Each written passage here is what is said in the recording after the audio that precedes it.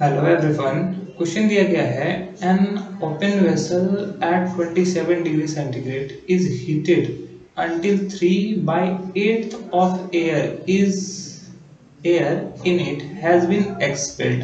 क्या मतलब होता है कि जितना भी एयर था उसका 3/8 पार्ट क्या हो गया, एक्सपेल कर गया। Assuming that the volume remain constant, volume क्या है, कांस्टेंट है। Calculate the temperature at which the volume was heated. Volume यहाँ पर कांस्टेंट है, ठीक है, और टेम्परेचर 27 डिग्री सेंटीग्रेड दिया गया। तो इसका मतलब क्या है, सिंपल सा समझना है कि अगर यहाँ पे सपोज करो कि एयर कुछ भी है, 1 एयर का वैल्यू कितना है, 1। तो अगर इसमें 3/8 पार्ट क्या हो गया, एक्सपेल कर गया, एक्सपेल्ड, तो मतलब कि वो क्या होगा, घट जाएगा। तो अगर यहां से हम लोग देखेंगे तो ये क्या हो जाएगा, हम लोग के पास कितना एयर बचा, 5/8 पार्ट हम लोग का एयर हम लोग के पास बच रहा है।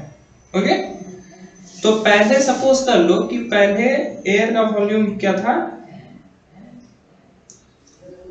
अगर number of moles of air, number of moles of air N1 equals to था 1 और number of moles of air after expelled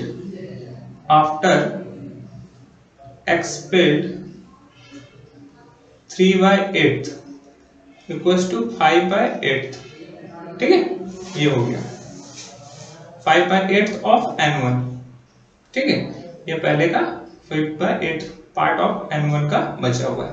तो ये N2 जो हो गया, ये N1 का वैल्यू हो गया 1 और ये N2 का जो वैल्यू हो गया वो 5/8 ऑफ N1 हो जाएगा।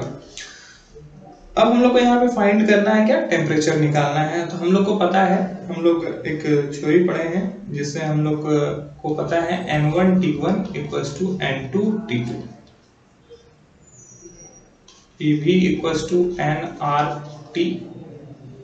अगर हम लोग देखें तो PV by RT equals to N, और यहाँ पे प्रेशर, वॉल्यूम और ये R, ये तीनों कांस्टेंट वैल्यू है।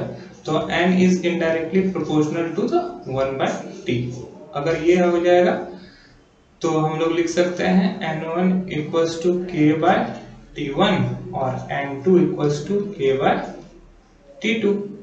और अगर यहाँ से देखोगे तो K इक्वल्स टू, अगर इस तरफ से देखोगे तो K equals to N1 T1 और यहाँ पर से देखोगे, डबल स्टार से देखोगे तो K equals to N2 T2, और इस दोनों को अगर हम लोग K कैंसिल कर दें तो क्या हो जाएगा, N1 T1 equals to N2 T2 हो सकता है ना। तो यहाँ पे N1 T1 equals to N2 T2। तो पहला इनिशियल समय में मोल कितना था, N1 था, ठीक है। अब पहला का टेम्परेचर कितना था, पहला का टेम्परेचर T1 जो है 27 डिग्री सेंटीग्रेड दिया हुआ है ना।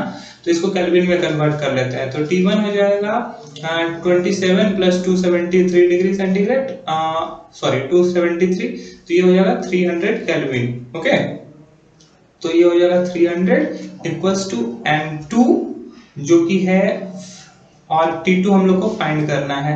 तो N2 का वैल्यू है 5/8 ऑफ N1 और ये N1 इंटू 300 और ये हो जाएगा इंटू T2।